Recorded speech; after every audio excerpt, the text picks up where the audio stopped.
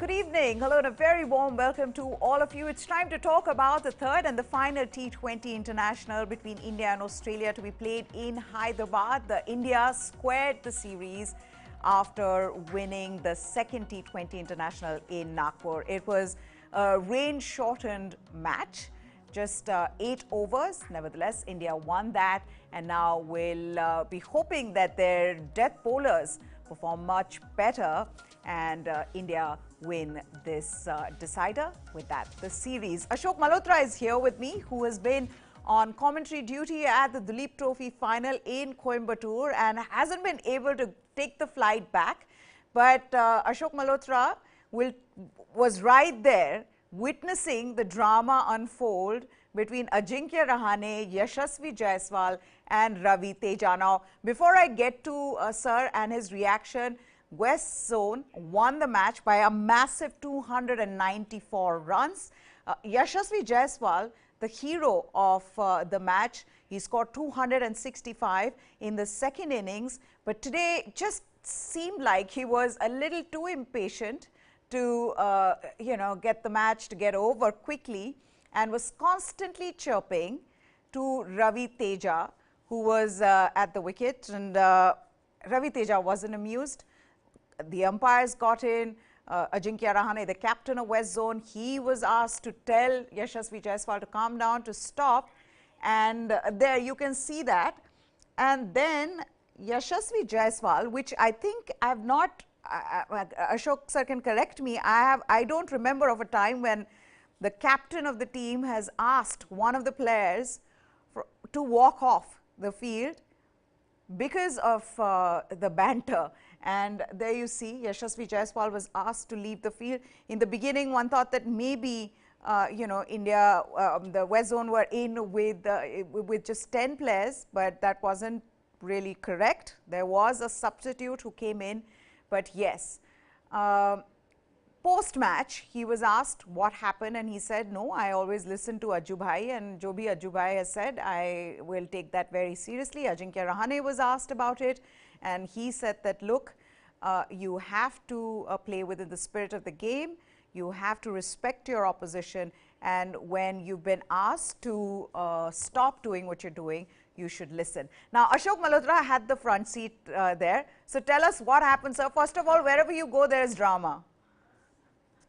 See, I would say, they were having a banter, as you say, and it is bound to happen. It is not in bad taste, as long as we don't cross the line. And Ajinkya Rahane warned, first umpires warned Yashasvi Jaiswal, then Ajinkya Rahane went to Yashasvi Jaiswal, tried to calm him down. Again, he was rushing towards Ravi Teja. He again stopped him, calmed him down, and he went and spoke to Ravi Teja also and calmed him down also. But despite of that, he kept on chirping. And and the umpires had to complain to the Ajinkya Rahane, who had enough of Yashasvi Jaiswal. And I think sometimes the kid needs a rap on his knuckles when you don't listen to the captain. And it was against you can't cross the line. You can chirp, you can do whatever it is, as long as you don't cross the line. So I think he was crossing the line. That is why he was sent off, sit in the pavilion for a while, cool down, and then come back. And that is exactly what happened. What was so offensive that was being said, Ashok sir? What was it? I don't know. It was between Ravi Teja and definitely there was nothing nice. They were not exchanging pleasantries. They were not saying good morning, good evening. There's something more to it. And especially Yashasvi Jaiswal was a bit too aggressive. Is it a generational thing? And I know this might be a little controversial, but is this something now kids today look to do? I mean, it's the aggressiveness that we've seen from someone like a Virat Kohli and some of the others. Of course, Mahendra Singh Dhoni is at the other end of the spectrum. He's just calm, cool and collected. But Virat Kohli in particular, he wears his heart on his sleeves. He is also someone, when he's in the field, is really being aggressive. You can see it. Is that something now the younger generation seeing as the way to play cricket? See, somebody like Virat Kohli, you said it, I didn't say it, but I took Virat's name. But the fact is, Virat and others should understand. Even Rohit is going in that mold. He's also being aggressive. Because these kids follow these players. They are their role models. And whatever they see on television, That is what they try to do in domestic cricket. And that is exactly what happened. He's trying to be too aggressive. So I understand. Then Virat has a name. He has some players, Meha, play well when they play when they are aggressive. Like Australians don't play well if they don't chirp. Simple as that. Same with Virat. If he doesn't chirp, he can't play well. So some guys have this kind of persona, but then it drops on the it filters down to the younger generation. That is not in good taste. And I think Ajinkya took a very, very wise step. We all appreciated it. And I think even Vivek during presentation told him, you did a very, very wise thing. And it is a learning curve for Yashasvi Jaiswal. Once he's been treated that way, probably he will not do it, or at least he'll think twice before going the Virat Kohli's way. Yeah, and also, I mean, he was warned a couple of times, like you mentioned, what we saw also, that he was told to calm down. Three times. There you go. 3 times, and then finally Ajinkya Rahane had enough. It's like a school headmaster telling the child, now you need to get out of here because things are getting out of hand. Okay, talking about the spirit of cricket, there's something else that happened last night in the ODI series, which was Jhulan Goswami's farewell series in England that India won. But after winning the third and the final ODI at Lord's, one of the things was the run out by Deepti Sharma that everybody has been talking about. I mean, Twitter, there's a raging war on Twitter, sir. Everybody has an opinion on it. Everybody wants to give their 2 cents. So Ashok Malhotra, we're going to get to him and ask him what he thinks of it, sir. Before I just ask you this question, now I read something interesting on Twitter where somebody had written, whenever a row about a non-striker run-out backing up happens, especially if it involves an England player, I'm reminded of the historian Macaulay's quote, "We know no spectacle so ridiculous as the British public in one of its periodical fits of morality." Ashok sir, come in. Your thoughts? Meher, the fact is, I was also not fond of this. I remember in a Ranji Trophy game, Murli Karthik Mankaded, a young kid, and I was furious. I was fined by match referee because I was very aggressive with the Murli. I said, what kind of impression you're leaving for the youngsters? But the fact is now, I would say it is within rules. Since ICCA has said it is a run-out. It is not called Mankaded. So I would say she was within her rules. I would not, and it is, gentlemen or gentlewomen, either they dead or they don't play cricket anymore. Believe you me. So it is a professional sport. Nobody wants to give an inch, and they will get you out whichever way. And I would say that I will back Deepti Sharma. I was not fond of Ashwin when he Mankaded Josh Butler, but now I think it is within rules, and she was within rules. And whatever England is saying, that is like a crybaby. They know she was 2 yards down the track. You can't do that, and especially when you're playing with the number 11 guy, number 11 woman, you can't take undue advantage. And she's done it. I'm with Deepti Sharma because she was within rules. Also because of how things have changed, sir. Modern cricket has become so fast. You're doing everything to steal even that little inch that could give you victory over your opponent. I mean, your fielding standards have improved, all of that. Now look at that. Look at how far back she was when Deepti turned around, and there you go, and got her run out. So yes, she was run out. Believe you me, yeah. She was not just out of the popping crease. Look at her; she's 4 yards down the track. Yeah, so that's what I was saying, that when so much has changed, and you can talk about spirit of cricket, but there are laws and you're meant to follow those laws instead of everybody constantly debating about whether this was within that spirit of cricket, what would you say, scene, is it within that? I would just say follow the rules. I mean, those laws have been laid down for a reason. And, if everything had to be done, keeping in mind the spirit of cricket, then there are so many matches we've seen in the past where England haven't followed that spirit at all. I mean, I was looking at one of the matches where Ryan Sidebottom bangs into one of the batters, and Kevin Peterson, obviously the batter falls down, is not able to get to this. Is England versus New Zealand at Lord's, and the batter, I think it was Grant Elliott, is not able to get to the crease, and Kevin Peterson dislodges the stumps. He's given out. Now, Mark Benson actually walks to Paul Collingwood. So Paul Collingwood's given another chance, saying that, look, the guy was down. They both had banged into each other. They'd collided into each other. So can you just, you know, do you really still want to go for it? And Paul Collingwood says, yes, absolutely. Yes. So what are they whining about is my question. See, let's put it in English are a bit of whiners. We know that. There's no two ways about it. You know, but the fact is, you know, if it is right for you, it can't be wrong for others. You can't have a different yardstick for different people. And it's a professional sport, Neha. And as I said before, gentlemen, either they're dead or they don't play cricket anymore. So it is a survival of the fittest. You will not give an inch. And she has taken yards, Amy Jones. She was 4 or 5 yards down the track because she wanted to go to the striker's end because number 11 was batting with her. So she was trying to take undue advantage. And if Deepti Sharma did what she did, she was right within rules. And I don't know why there is such a hue and cry, especially when ICC said it is a proper run-up when you step out of the line. So you got to be careful. You got to be careful.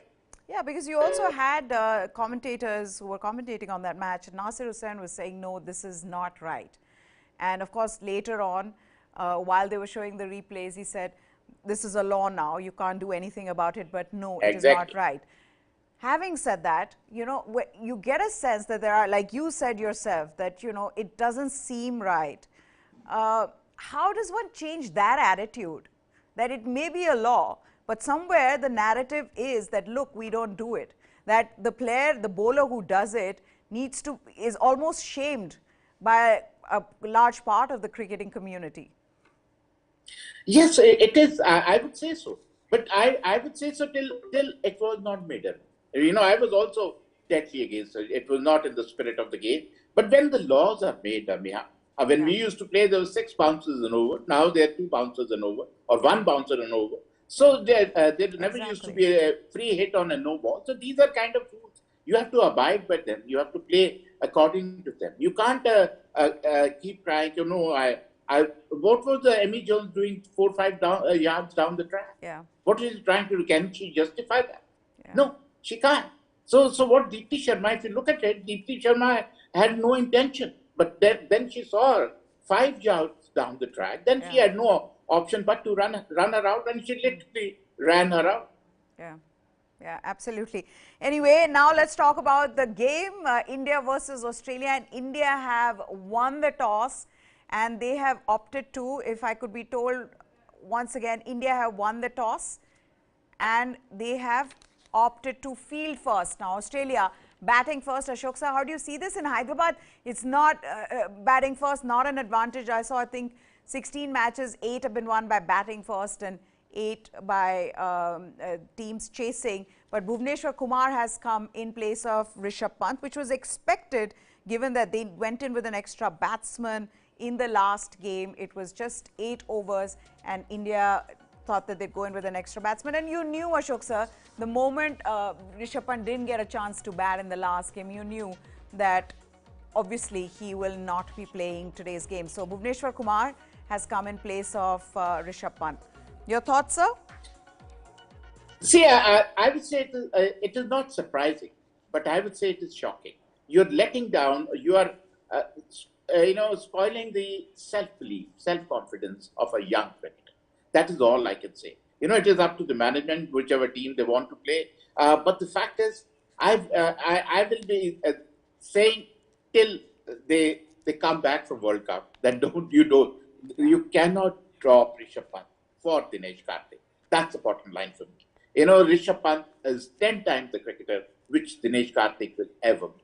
So that is my thinking on it. And then if Rishabh Pant, you keep dropping him, you don't give him chance, then he loses self-belief, the confidence. He survives on self-belief. He survives on, that is his, persona. That is his, that is how he plays cricket. He's aggressive, positive, takes his chances. But if you do that, now next time if he tries to go for a big one, he'll be looking over his shoulder. Is Dinesh Karthik sitting in the dugout, or is he in the pavilion, or what? So you are shaking the self-belief of a great young cricketer. And there you have it, the Indian playing 11, and just one change there. Bhuvneshwar Kumar coming in place of Rishabh Pant. One thought that Akshar Patel, given how expensive he's been since his comeback, that they would want someone like a Deepak Chahar in, give him a game. But it looks like they've gone in with Akshar Patel. Want to just stick with him? That's the sense you get, Ashok sir. You know, he's coming back after an injury, just giving him more time to find his rhythm. May they have decided on the team. So Deepak Chahar will not get a look at. Either he's not fit or they are not interested in. You know, even I thought Shami had a good chance to come in case somebody breaks out, but it doesn't seem to be. This is the same team they're going with. So I don't know, because Akshar Patel is leaking too many runs, like Avesh Khan was. Yeah. So I don't know. And then Bhuvneshwar Kumar is the same. Although a bilateral series, we normally win. In two nation series, we normally win. And we might beat Australia, and especially after winning the toss. We have an edge over Australia. If we win the toss, Australia, will they go hammer and tongs at our bowlers? Because now they know they've got Akshar Patel to target. They got Bhuvneshwar Kumar to target, especially in the slog overs. So Jasprit Bumrah comes back, but he has to bowl 4 overs. But rest of the over, they've got Yajuvinder Chahal to target. So they got 3 weak links in this bowling attack. Hardik Pandya can bowl his 2 overs, 3 overs, but the best bowler is Jasprit Bumrah and Akshar Patel.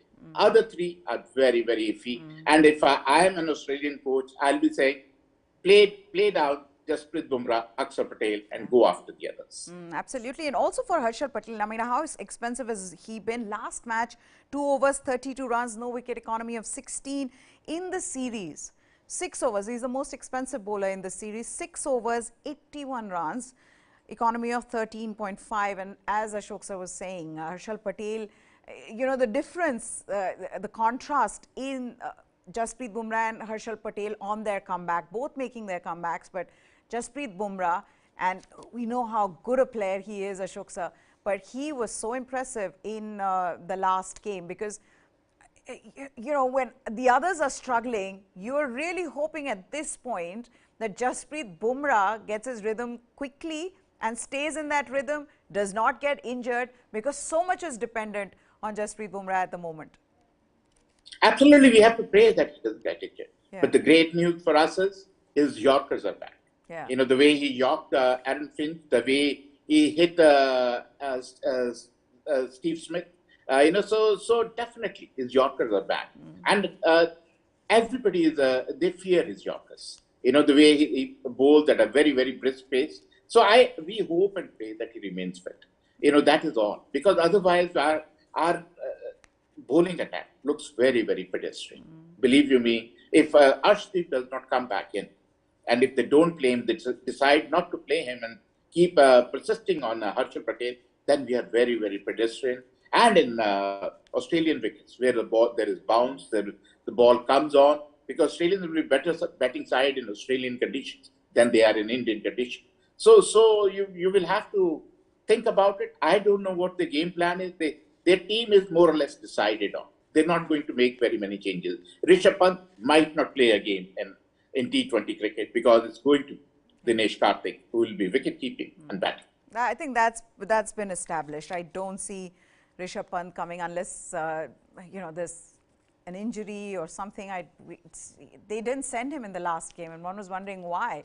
You know, when are you going to send Rishabh Pant to bat? How do you really not trust Rishabh Pant's batting in T20Is that you've not sent him above Dinesh Karthik? But then a lot of people would say, oh, but it was the situation. Dinesh Karthik's role is to come and finish. But sir, also talking about Yuzvendra Chahal, you'd said that, you know, he's struggling, which we can see. But you also talked about his action and, how he's bowling quicker through the air when he gets hit for a couple of sixes. He really doesn't know what to do. Why do you think they're persisting with Yuzvendra Chahal? I'm also saying this because Yuzvendra Chahal, like Bhuvneshwar Kumar, has played a lot of matches through the year. So is that then okay? Should the team be looking at resting these players, just sort of give some rest so that they can come back rejuvenated? Or do you feel that they're almost trying, because it's really towards the end before you go to the World Cup, like they need to get them back in form, get them back in rhythm? But will that help? Because Bhuvneshwar Kumar, again, if you give him the 19th over, hopefully they won't because Jasprit Bumrah is here. But if he gets hit for runs or Yuzvendra Chahal is not able to take wickets, will that also dent their confidence? Should they have been rested? See, I think you give a good point. Sometimes you lose the confidence, you lose the belief. That is what has happened to Yuzvendra Chahal. He should go back to nets. Some coach should go with him, tell him to toss the ball up. Your job is to pick up wickets. Because nowadays, if a bowler, a batsman hits him for a six, next ball it's a flipper or a flat ball. He does not try to toss the ball up, does not try to tempt him. But before that, when he was a successful bowler, he used to keep tossing, keep getting wickets. So that is what is lacking in him. And I don't mind playing Ashwin. Why have you got Ashwin in the side? Or are you waiting for a side to have 4 or 5 left-handers only? Then Ashwin get a great player. You carrying him in 50 and not making him sit on the bench, which is surprising for me. So these are few things which we don't understand. We'll never understand, except for the management. But the fact is, I as you very rightly said, Yuzvendra Chahal could have done with a break in a couple of matches. Okay, let's also talk about India's batting. It's, it's interesting that we haven't spoken about India's batting and it is all about when they're bowling. But that's the kind of concern that one sees in the Indian setup, in the bowling setup at the moment, with bowlers struggling, especially towards the death overs. But batting, Rohit Sharma looked great. We've seen him play these kind of innings before, sir. But I asked this question to you yesterday, and I ask it again today about Rohit Sharma's approach. Is that approach of being too aggressive correct for Rohit Sharma, given the kind of game that he plays? Or do you see that he should look to play more balls and longer innings? What's your opinion on that? See, last game, it was perfect game for him, for his style of play. What he says, I'm going to go hammer and tongs at the bowling. I'm going to go flat up at the bowling. But Rohit Sharma needs to play, okay, first 6 overs, you take your chances. But once 6 overs are gone, then one of them, either KL Rahul or Rohit Sharma, should try and carry the batch. You need a sheet anchor at one end. Other side, you've got enough strikers of the ball. You've got Hardik Pandya, you've got Surya Kumar Yadav, you've got Virat Kohli, even Akshar Patel can hit the ball. And not to forget finisher in chief Dinesh Karthik, who will play 2 overs. So all in all, you got a good batting lineup. So you need a guy who can hold one hand down. So if I say Rohit Sharma gets 80, if he plays 20 overs, he gets 80. So I'm sure you'll get 100 from the other end.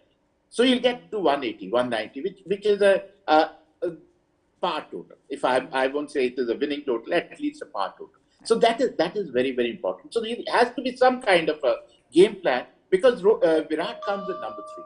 If Rohit and KL bat for 10 overs, then I don't know whether you want to send Virat. So because he'll do what he did in the last game. Because he cannot start hitting for World Cup. That is his undoing. He takes time to settle down and can hit in the last 4 or 5 overs. So I think there has to be some kind of a game plan. It is like having 2, 3 elephants in the dressing room. Now, what to do with that? That is the problem with India. There are too many big players, and they are not the match. They are probably, they are using, like in scooter, you use governor to check the pace of the scooter. So they are like governors, 3 governors in the side. So one might, out of 3, only one comes good every game. Other 2 flop. Yeah. So that has been our undoing. So I don't know what kind of a game plan they had, but whosoever bat for six, so be it KL Rahul, be it Rohit Sharma, then one of them should go all the way. Also measured aggression, which I think Sunny Gavaskar was talking about in the last innings that he saw from Rohit Sharma. But of course, hit 3 monstrous sixes in the first over itself, which was fantastic to watch. Why I brought that up is, and I know that sometimes everybody gets confused. You want them to be aggressive, but at the same time, there are moments when India are 20 for 3 in the power plays. What do you do from there on? Do you have the batting? And given that Akshar Patel is batting at 6 and you're not making any changes, then how should your top order be approaching the innings? That's why I asked that question, just for clarity. And also because Rohit Sharma's strike rate in the last 13 innings or something, it's improved. It's 158, and he's spoken about it, and we've seen that in his game as well. But in the last 19 matches, only 250s. That was the reason why I was asking that. Is that the role that you want for Rohit Sharma? See, run rate has improved, but runs have come down. So that is the problem. You want runs from him, or you want run rate from him. Yeah. So that is where the $1 million question is. It has to be kind of a game plan. Yeah. So that is all we are saying. We are not criticizing. He's a champion player. Yeah. We all want him to hit 4s and 6s. We all love watching those 6s. But the fact is, he'll have to carry his bat. Now for India, if it was Akshar Patel who bowled well, Adam Zampa, how good has he been for Australia? Which also leads me to the question, sir, about Indian batters' weakness against leg spin. Something that, in fact, spin itself, I was watching that during the Asia Cup as well, and I think I brought that question to you during the Asia Cup, that you wonder that, Asian batters would be playing better against spin, but somehow in the recent times, what I'm seeing with Asian teams, and I don't know if you agree, is that they're struggling more against spinners, especially leg spinners. Especially leg spinners. You said it, wrist spinners, because they have more variation. They've got flippers, they got googlies, they got top spinners, they got leg spinners. So they don't watch the hand. They play the first line like the Englishmen used to do in older days. So they're doing the same, because most of our guys are champion players when the wickets are flat. They're flat track bullies, if I may say. When the moment ball darts around a bit, they are sitting ducks. When ball spins around a bit, they struggle. So that is the reason. And they don't. I'm surprised to see that most of our Indian batters, they struggle against googlies. Like Virat Kohli, his ball goes through his bat and pad. Even somebody like Mahendra Singh Dhoni, who's a wicketkeeper, he struggled with googlies, and so does Rohit and KL. So you're very right. The wrist spinners, you have to pick that in the air from the hand, and if you don't do that, then you're a sitting duck. And Zampa did a good job for 2 overs, but I think we will sort him out. Don't worry. If we get set, we will sort him out. The other thing then is about Hardik Pandya and the balance that he brings to this side. If Jasprit Bumrah should be wrapped in cotton wool, Hardik Pandya should be made to sit right next to him. It should be a box slightly bigger so that both of them can be fitted in, because India needs both of them in the World Cup. Absolutely, Meha. When Hardik bowls, my heart always skips a beat. I hope he doesn't break that. That's all, because he's trying his guts out, he's trying to bowl flat out, and then we know what kind of a batter he is, what kind of fielder. He's a great package for us. So we are going to miss Ravindra Jadeja shortly. But Hardik is a champion cricketer, especially since he come back from injury. I don't know what he did on his hospital bed, but he's calmed down a bit. Yeah. He's taken a leaf out of Mahendra Singh Dhoni's book and calmed down a bit. Maybe captaincy did the trick for him, but he seems to be a much better cricketer, and a batter who can bail India out if 2-3 wickets go quickly. Yeah, also in the middle overs, how good has he been? As a bowler, you see him, he's constantly challenging the batters, wearing his lengths, just constantly doing something, bending his back, which is what I've been seeing through this, his return. It's fantastic to watch. I don't know what seems to have gotten into him, but at this moment, most valuable player in this Indian team. Definitely. I would stick my neck out. I have done it before. That he's your next captain for white ball cricket. The way has got a calming influence. Rohit, I see him losing his head, losing his temper. He gets very, very aggressive, which he was never. But now, since he's not getting runs, he's not getting the wins, he seems to be a bit of a frustrated man. So, but the fact is, I think Hardik, as you very rightly said, he bowls magnificently. And short ball, believe you me, nobody likes. And especially in Australian grounds, which are big grounds, the short ball will be very, very effective because you can set the field and then you can bowl short ball and not very many can clear the field. So I think he is a spot-on bowler. Maybe he will bowl his put out 4 overs and will compensate for Bhuvneshwar Kumar and Akshar Patel. Yeah, I mean, how can we forget how he bowled to Pakistan in that opening match? I mean, bouncing all of those Pakistani batsmen. But also, we spoke a little bit about Akshar Patel. Just adding on to that, how good has Akshar Patel been? I mean, his numbers itself, last 5 matches, like I said yesterday as well, his strike rate is 10, which means every 10, and last 4 matches, its strike rate comes down to 9. So every 9 deliveries, he's giving you a wicket. He's also not leaking runs. His economy is, I think, 6. There's one thing for sure, we may miss Ravindra Jadeja's batting, but Ravindra Jadeja's bowling, that has been well taken care of by Akshar Patel. See, that's the beauty of Akshar Patel, Neha. Whenever he's got an opportunity, he got an opportunity in test matches, he picked up 5 wickets 5 times. Nobody could believe, so he grabs his chances with both hands. And now this 2020 cricket, especially in this 8-over cricket, he bowls as a quota of 2 overs for 13 runs. Yeah. That shows how good he has been. The big hitters like Tim David and others were struggling.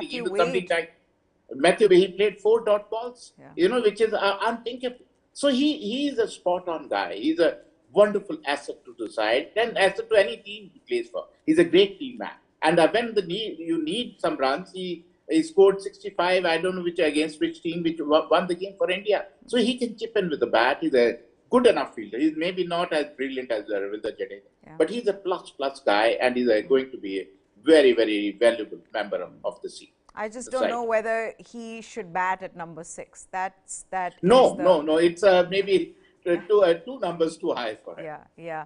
Also, sir, a little bit about Australia and how good they've been. I mean, we always know that when Australia come in and they're playing against us, that they will put up a fight, and they have been very good in both the matches, given that their key players are missing. I mean, their first choice players, 4 of those first choice players are not here. They're also experimenting a lot, and Cameron Green, that experiment worked in the first game. But how impressed have you been with Australia? Because, I mean, you're looking at some of these players are going to be, most of these players rather, are going to be in the World Cup, and this looks like a very good side. Very competitive side. And the great thing about them is they know how to win the trophies. They are a champion side. You cannot take them lightly, and now they're playing in their home ground. So I know they would like to win in Australia itself. And you very rightly said, once David Warner comes back, Mitchell Marsh is a phenomenal player. Stoinis, who can do a good job. Mitchell Starc, who will get a lot of bounce in Australian conditions. So they have some great guys, but Cameron Green has come good. Although Tim David hasn't come good so far, but he's still a phenomenal player. So they have all bases covered. Even John Inglis seems to be a good enough cricketer. They rate him very, very high. So they have a good bench strength now, which was India's forte, but now even Australia has good bench strength. And even the 4 guys not playing, they're not missing them really. With Cameron Green firing on all cylinders. And Maxwell has not fired. Tim David has not fired. Despite of that, they compete with Team India. So they are a good side. And believe you me, they will be challenging for the World Cup. And also, given it's been a difficult time really for Aaron Finch in ODIs, announced his retirement, terrible form, but here he's found runs and he's been getting them at a good strike rate. That would give them confidence. He is the captain of the team, and at least the way he played in the last game, he gave you the runs. I think Australia would be very happy with that. Yeah, definitely so. But Aaron Finch doesn't deserve to be captain of the side. The kind of form he's in. Like Bavuma, it does not deserve to be captain of South Africa. they check because with Baumuma coming in, South Africa becomes the weak side now. But same with Aaron Finch. I mean, okay, he's got some runs, but if you're sure to lose the first victory. Okay, he's got 20, 30 runs, but he's not the one who can. He's not the same old Aaron Finch we all know. So definitely, it's an opportunity for him to set the ball rolling, get back into form, and tell them, yes, I'm the captain who wants to win a World Cup. But the fact is, and another one is Glenn Maxwell, to say the least. He'll have to come to it. High time. You can't keep playing on your reputation. High time. So Aaron Finch, Glenn Maxwell, two guys with a question mark over them, but still a great side. Still a great side. We can compete and give a tough competition to Team India. I think every team has a couple of players who are obviously who've got the reputation, and they're there. They may not be getting as many runs now, or maybe on that that side where they're aging, or they're not their best as they used to be. I think all teams have some of those players, and also some set ideas from team management. Going into the World Cup, everybody wants to be sure, and somewhere that could be their undoing, isn't that so, Ashok sir? Where everybody said, no, he's a great player. You cannot leave him out. It's a different thing that great player hasn't got runs in 2 years, but you don't want to leave them out, and sometimes that ends up being your, your problem with teams. So I think all teams have some of these players. But I'm amazed at Aaron Finch. Normally, Australians are very ruthless. They don't carry the greats if they don't perform. So they have been carrying Aaron Finch for 2-3 years now. So I don't know what it is, but the fact is, Aaron Finch is the weak link in the Australian side. Even if when David Warner comes in, because how can you keep out somebody like Cameron Green, who's not only a batter, he's a fantastic bowler and a good fielder too. So, you go for younger guys. So, but Aaron Finch has a job cut out for him. He knows in his heart, if I'm the captain, I know I'm probably the worst player in the side. So definitely it puts pressure on him. And his footwork is very faulty, very iffy. It doesn't move his feet at all. It just swings his bat. That is all he is doing. That has been his undoing. So somewhere, I don't know, there are so many coaches who's not told him anything. But the fact is, Australia would have been better off without Aaron Finch, but unluckily, he's the skipper. And they will have to carry him. Sometimes numbers can be deceiving, and before this series started, take a guess on who is the highest run scorer, who was the highest run scorer in T20 internationals for Australia this year. Aaron Finch. So Aaron Finch, yes. So let's see. Probably and Josh Inglis was the number 2. He called a day at the right time. He knows time is running out. Yeah, it is running out, and age also not being really on his side. But then sometimes we've seen people defy age. I mean, look at Roger Federer and the kind of farewell we saw from Roger Federer. And, everybody keeps talking about greatness. And I know I'm digressing, Ashok sir, but everybody keeps talking about who is the greatest. I mean, come on, your opponents, your biggest rivals are sitting there crying for you. That makes you the greatest. Numbers cannot do justice to what a great player is or who a great player can be. I think it's about the love, the respect that you get from everybody. Isn't that so? Absolutely. These are the legends. Somebody like Roger Federer, somebody like Tiger Woods, somebody Sachin like Tendulkar. Sachin Tendulkar. These are the greatest ever kind of the guys. Everybody, whosoever, if they've beaten them one game, odd game here or there, they know how great they have been. That is why Rafael Nadal was saying, once Roger goes, a piece of me will go with him. So that is the biggest compliment anybody can get. Wonderful. Thank you so much. We're running out of time. We've talked about so many things today, from Yashasvi Jaiswal being sent out to Deepti Sharma's run out to the match to Roger Federer. But we've got to end this. I'm being told in my ear constantly, quickly wrap this up. Thank you so much, Ashok sir, for joining us. Thank you. That's it then. India have won the toss. They've opted to field in Hyderabad. We'll get you the latest from the world of sports on News9 Sports. So do subscribe. Goodbye. Thanks for watching.